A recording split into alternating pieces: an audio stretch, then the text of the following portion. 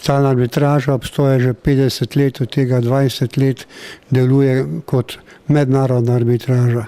Predstavlja tako imenovano izven sodno reševanje sporov, torej izven sporov, ki se rešujejo izven rednih sodišč, in je to oblika alternativnega reševanja sporov.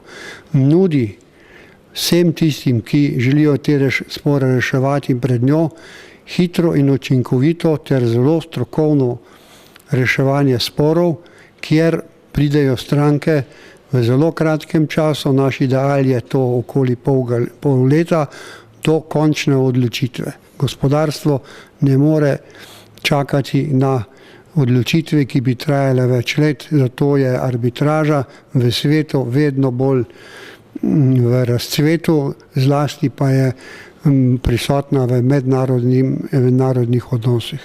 Treba pa je v pogodbe zapisati arbitražno klavzulo. Da, osnova je tako imenovana arbitražna klavzula, to predstavlja pogodbo, se pravi sporazum dveh strank, da se podredita odločitvi določene institucijske arbitraže, recimo stalne arbitraže v Ljubljani. Brez te klavzule ne more arbitraža odločiti, ker nima mandata. Njen mandat temelji na sporazumu strank.